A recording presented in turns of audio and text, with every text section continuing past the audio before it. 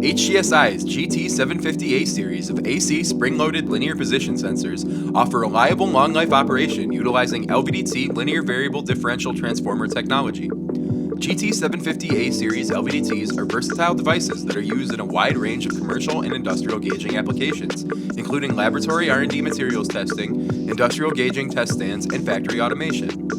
GT-750-A series LVDTs are spring-loaded and ideal for measuring an object that cannot be mechanically coupled to the sensor. The sensor shaft has an external helical spring and is guided by nylon sleeve bearings.